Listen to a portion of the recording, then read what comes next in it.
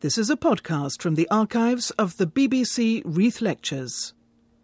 This lecture in the series Authority and the Individual, given by Bertrand Russell, was originally broadcast in 1949. The Reith Lectures. Bertrand Russell is giving the second of 6 broadcasts on authority and the individual. His second lecture is entitled Social Cohesion and Government. Bertrand Russell. The original mechanism of social cohesion, as it is still to be found among the most primitive races, was one which operated through individual psychology, without the need of anything that could be called government. There were, no doubt, tribal customs which all had to obey. But one must suppose that there was no impulse to disobedience of these customs, and no need of magistrates or policemen to enforce them. In old Stone Age times, so far as authority was concerned, the tribe lived in a state which we should now describe as anarchy. But it differed from what anarchy would be in a modern community, owing to the fact that social impulses sufficiently controlled the acts of individuals. Men of the new Stone Age were already quite different. They had government, authorities capable of exacting obedience, and large-scale enforced cooperation. This is evident from their works. The primitive type of small tribe cohesion could not have produced Stonehenge, still less the pyramids. The enlargement of the social unit must have been mainly the result of war. If 2 tribes had a war of extermination, the victorious tribe, by the acquisition of new territory, would be able to increase its numbers. There would also in war be an obvious advantage in an alliance of 2 or more tribes. If the danger producing the alliance persisted, the alliance would in time become an amalgamation. When a unit became too large for all its members to know each other, there would come to be a need of some mechanism for arriving at collective decisions, and this mechanism would inevitably develop by stages into something that a modern man could recognize as government. As soon as there is government, some men have more power than others, and the power that they have depends, broadly speaking, upon the size of the unit that they govern. Love of power will therefore cause the governors to desire conquest. This motive is very much reinforced when the vanquished are made into slaves instead of being exterminated. In this way, at a very early stage, communities arose in which, although primitive impulses towards social cooperation still existed, they were immensely reinforced by the power of the government to punish those who disobeyed it. In the earliest fully historical community, that of ancient Egypt, we find a king whose powers over a large territory were absolute, except for some limitation by the priesthood. And we find a large servile population whom the king could, at his will, employ upon state enterprises, such as the pyramids. In such a community, only a minority at the top of the social scale, the king, the aristocracy, and the priests, needed any psychological mechanism towards social cohesion. All the rest merely obeyed. No doubt large parts of the population were unhappy. One can get a picture of their condition from the first chapters of Exodus. But as a rule, so long as external enemies were not to be feared, this condition of widespread suffering did not prevent the prosperity of the state, and left unimpaired the enjoyment of life by the holders of power. This state of affairs must have existed for long ages throughout what we now call the Middle East. It depended for its stability upon religion and the divinity of the king. Disobedience was impiety, and rebellion was liable to call down the anger of the gods. So long as the upper social layers genuinely believed this, the rest could be merely disciplined, as we now discipline domestic animals. It is a curious fact that military conquest very often produced in the conquered a genuine loyalty towards their masters. This happened in time with most of the Roman conquests. In the 5th century, when Rome could no longer compel obedience, Gaul remained completely loyal to the empire. All the large states of antiquity owed their existence to military power, but most of them were able, if they lasted long enough, to generate a sense of cohesion in the whole, in spite of the violent resistance of many parts at the time of their incorporation. The same thing happened again with the growth of modern states during the Middle Ages. England, France, and Spain all acquired unity as a result of military victory by a ruler of some part of what became a single nation. In antiquity, all large states except Egypt suffered from a lack of stability, of which the causes were largely technical. When nothing could move faster than a horse, it was difficult for the central government to keep a firm hold upon outlying satraps or proconsuls, who were apt to rebel, sometimes succeeding in conquering the whole empire, and at other times making themselves independent sovereigns of a part of it. Alexander, Attila, and Genghis Khan had vast empires which broke up at their death, and in which unity had depended entirely upon the prestige of a great conqueror. These various empires had no psychological unity, but only the unity of force. Rome did better, because Greco-Roman civilization was something which educated individuals valued, and which was sharply contrasted with the barbarism of tribes beyond the frontier. Until the invention of modern techniques, it was scarcely possible to hold a large empire together unless the upper sections of society, throughout its length and breadth, had some common sentiment by which they were united. And the ways of generating such a common sentiment were much less understood than they are now. The psychological basis of social cohesion, therefore, was still important, although needed only among a governing minority.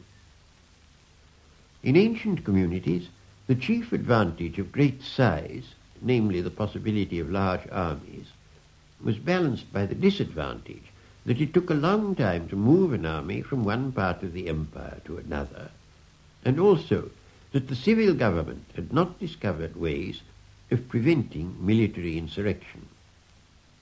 To some degree, these conditions lasted on into modern times. It was largely lack of mobility that caused England, Spain, and Portugal to lose their possessions in the Western Hemisphere. But since the coming of steam and the telegraph, it has become much easier than it was before to hold a large territory. And since the coming of universal education, it has become easier to instill a more or less artificial loyalty throughout a large population. Modern technique has not only facilitated the psychology of cohesion in large groups, it has also made large groups imperative, both from an economic and from a military point of view. The advantages of mass production are a trite theme upon which I do not propose to enlarge. As everybody knows, they have been urged as a reason for closer unity among the nations of Western Europe. The Nile, from the earliest times, has promoted the cohesion of the whole of Egypt, since a government controlling only the upper Nile could destroy the fertility of lower Egypt. Here, no advanced technique was involved, but the Tennessee Valley Authority and the proposed St. Lawrence Waterway are scientific extensions of the same cohesive effect of rivers. Central power stations, distributing electricity over wide areas, have become increasingly important and are much more profitable when the area is large than when it is small. If it becomes practicable, as is not unlikely, to use atomic power on a large scale, this will enormously augment the profitable area of distribution. All of these modern developments increase the control over the lives of individuals possessed by those who govern large organizations, and at the same time make a few large organizations much more productive than a number of smaller ones. Short of the whole planet, there is no visible limit to the advantages of size, both in economic and in political organizations. I come now to another survey of roughly the same governmental developments from a different point of view. Governmental control over the lives of members of the community has differed throughout history, not only in the size of the governmental area, but in the intensity of its interference with individual life. What may be called civilization begins with empires of a well-defined type, of which Egypt, Babylon and Nineveh are the most noticeable. Aztec and Inca empires were essentially of the same type. In such empires, the upper caste had at first a considerable measure of personal initiative, but the large slave population acquired in foreign conquest had none.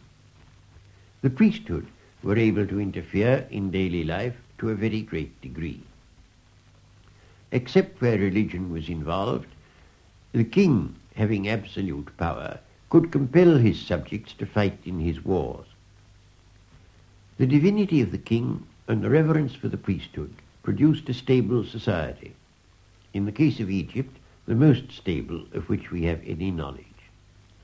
This stability was bought at the expense of rigidity, and these ancient empires became stereotyped to a point at which they could no longer resist foreign aggression. They were absorbed by Persia, and Persia in the end was defeated by the Greeks.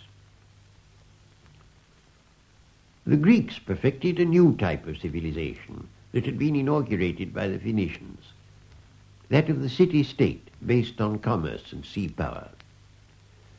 Greek cities differed greatly as regards the degree of individual liberty permitted to citizens.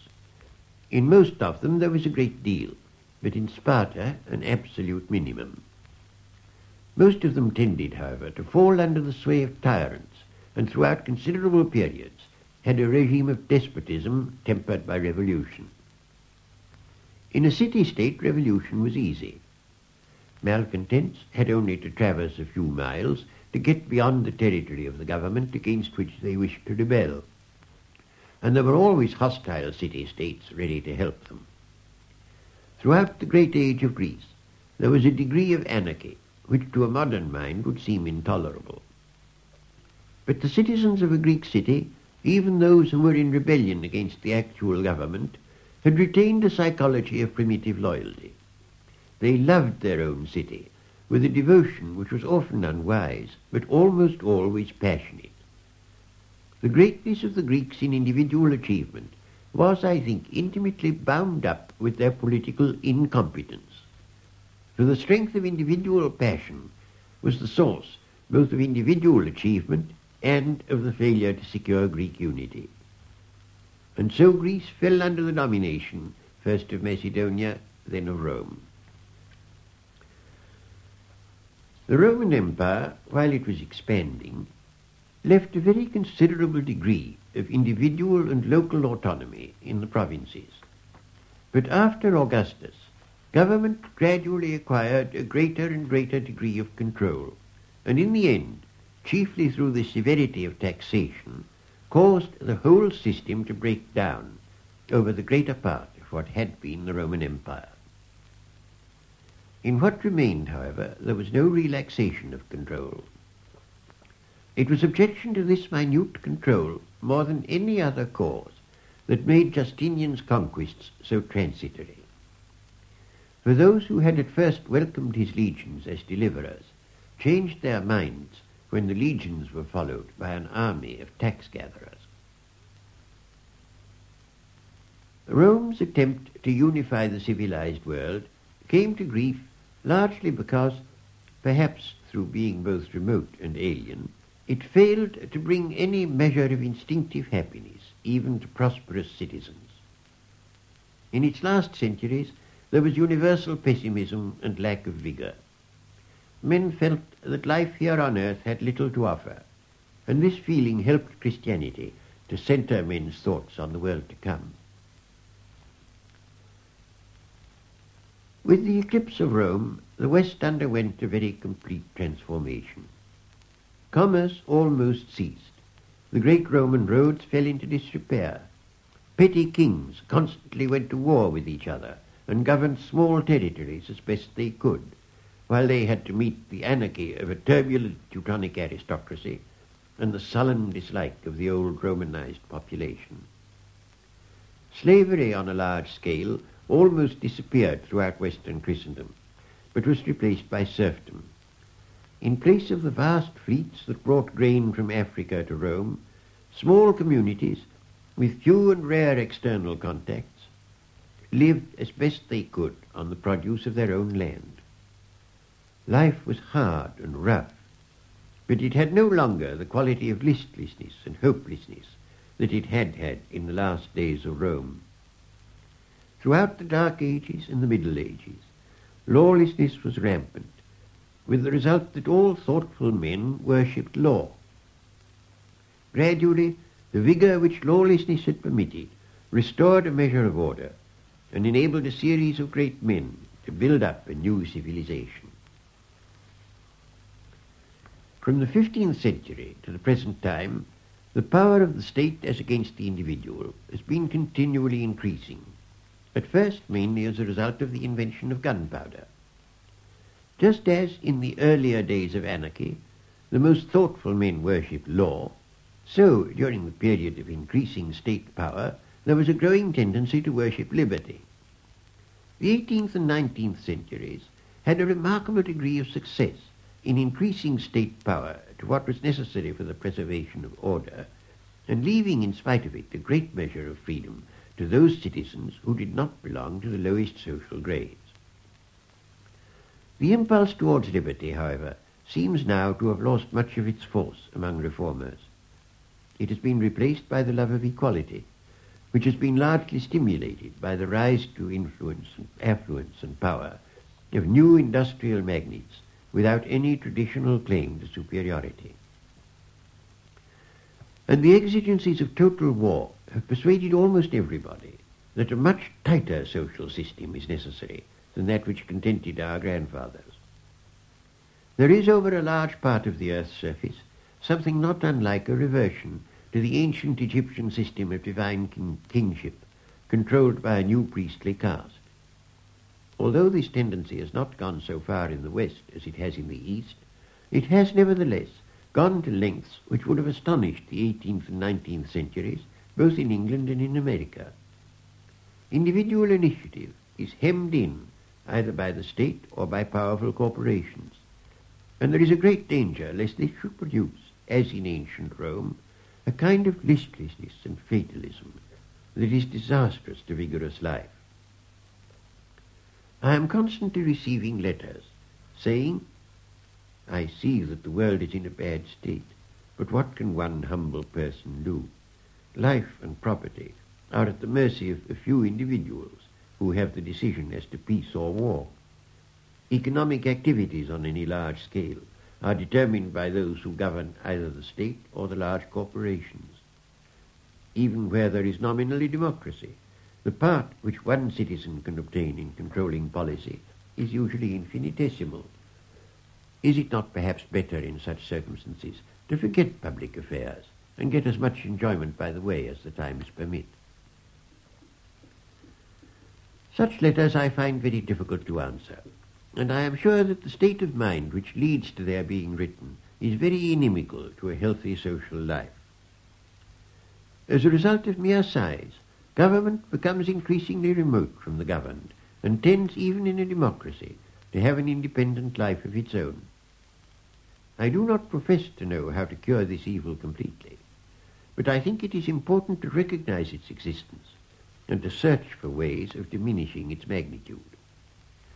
The instinctive mechanism of social cohesion, namely loyalty to a small tribe, whose members are all known to each other, is something very remote indeed from the kind of loyalty to a large state which has replaced it in the modern world. And even what remains of the more primitive kind of loyalty is likely to disappear in the new organization of the world that present dangers call for. An Englishman or a Scotsman can feel an instinctive loyalty to Britain. He may know what Shakespeare has to say about it. He knows that it is an island with boundaries that are wholly natural. He is aware of English history, insofar at least as it is glorious. And he knows that people on the continent speak foreign languages. But if loyalty to Britain is to be replaced by loyalty to Western Union, there will be need of a consciousness of Western culture as something with a unity transcending national boundaries. For apart from this, there is only one psychological motive which is adequate for the purpose, and that is the motive of fear of external enemies. But fear is a negative motive, and one which ceases to be operative in the moment of victory. When it is compared with the love of a Greek for his native city, it is obvious how very much smaller is the hold which fear has on the instincts and passions of ordinary men and women. Government, from the earliest times at which it has existed, has had two functions, one negative and one positive. Its negative function has been to prevent violence, to protect life and property, to enact criminal law and secure its enforcement. But in addition to this, it has had a positive purpose, namely to facilitate the realization of desires deemed to be common to the great majority of citizens. The positive functions of government at most times have been mainly confined to war. If an enemy could be conquered and his territory acquired, everybody in the victorious nation profited in a greater or less degree. But now the positive functions of government are enormously enlarged. There is first of all education, consisting not only of the acquisition of scholastic attainments, but also of the instilling of certain loyalties and certain beliefs. There are those which the state considers desirable, and in a lesser degree, in some cases, those demanded by some religious body. Then there are vast industrial enterprises, even in the United States, which attempts to limit the economic activities of the state to the utmost possible degree. Governmental control over such enterprises is rapidly increasing. And as regards industrial enterprises, there is little difference from the psychological point of view between those conducted by the state and those conducted by large private corporations. In either case, there is a government which, in fact, if not in intention, is remote from those whom it controls. It is only the members of the government, whether of a state or of a large corporation, who can retain the sense of individual initiative. And there is inevitably a tendency for governments to regard those who work for them more or less as they regard their machines, that is to say, merely as necessary means. The desirability of smooth cooperation constantly tends to increase the size of units, and therefore to diminish the number of those who still possess the power of initiative. Worst of all, from our present point of view, is a system which exists over wide fields in Britain, where those who have nominal initiative are perpetually controlled by a civil service which has only a veto and no duty of inauguration, and thus acquires a negative psychology perpetually prone to prohibitions. Under such a system, the energetic are reduced to despair. Those who might have become energetic in a more hopeful environment tend to be listless and frivolous, and it is not likely that the positive functions of the state will be performed with vigour and competence. It is probable that economic entomology could bring in enormously greater profits than it does at present, but this would require the sanctioning of the salaries of a considerable number of entomologists, and at present the government is of opinion that a policy so enterprising as employing entomologists should only be applied with timidity. This, needless to say, is the opinion of men who have acquired the habit that one sees in unwise parents, of always saying, "Don't do that," without stopping to consider whether that does any harm. Such evils are very hard to avoid where there is remote control, and there is likely to be much remote control in any organization which is very large. I shall consider in a later lecture what can be done to mitigate these evils without losing the indubitable advantages of large-scale organization. It may be that the present tendencies towards centralization are too strong to be resisted until they have led to disaster, and that, as happened in the 5th century, the whole system must break down, with all the inevitable results of anarchy and poverty, before human beings can again acquire that degree of personal freedom without which life loses its savour.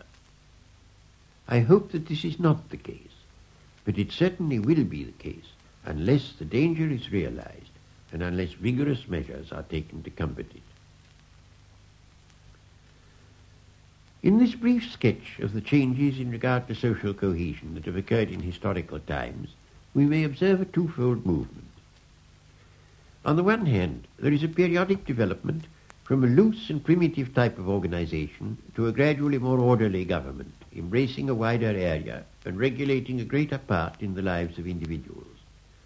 At a certain point in this development, when there has recently been a great increase in wealth and security, but the vigour and enterprise of wilder ages has not yet decayed, there are apt to be great achievements in the way of advancing civilization. But when the new civilization becomes stereotyped, when government has had time to consolidate its power, when custom, tradition and law have established rules sufficiently minute to choke enterprise, the society concerned enters upon a stagnant phase. Men praise the exploits of their ancestors, but can no longer equal them. Art becomes conventional, and science is stifled by respect for authority. This type of development, followed by ossification, is to be found in China and India, in Mesopotamia and Egypt, and in the Greco-Roman world. The end comes usually through foreign conquest. There are old maxims for fighting old enemies, but when an enemy of a new type arises, the elderly community has not the adaptability to adopt the new maxims that can alone bring safety. If, as often happens, the conquerors are less civilized than the conquered, they have probably not the skill for the government of a large empire or for the preservation of commerce over a wide area. The result is a diminution of population, of the size of governmental units, and of the intensity of governmental control. Gradually, in the more or less anarchic conditions, vigour returns and a new cycle begins. But in addition to this periodic movement, there is another. At the apex of each cycle, the area governed by one state is larger than at any former time, and the degree of control exercised by authority over the individual is more intense than in any previous culmination. The Roman Empire was larger than the Babylonian and Egyptian empires, and the empires of the present day are larger than that of Rome. There has never in past history been any large state that controlled its citizens as completely as they are controlled in the Soviet Republic or even in modern England. Since the earth is of finite size, this tendency, if unchecked, must end in the creation of a single world state. But as there will then be no external enemy to promote cohesion through fear, the old psychological mechanisms will no longer be available. There will be no scope for patriotism in the affairs of world government. The driving force will have to be found in self-interest and benevolence without the potent incentives of hate and fear. Can such a society persist? And if it persists, can it be capable of progress? These are difficult questions. Some considerations that must be borne in mind if they are to be answered will be brought forward in a subsequent lecture. Bertrand Russell has been speaking on social cohesion and government. The second of the BBC's Reith lectures on authority and the individual. You've been listening to a podcast from the archives of the BBC Reith Lectures. For more podcasts, please visit bbc.co.uk/Radio4.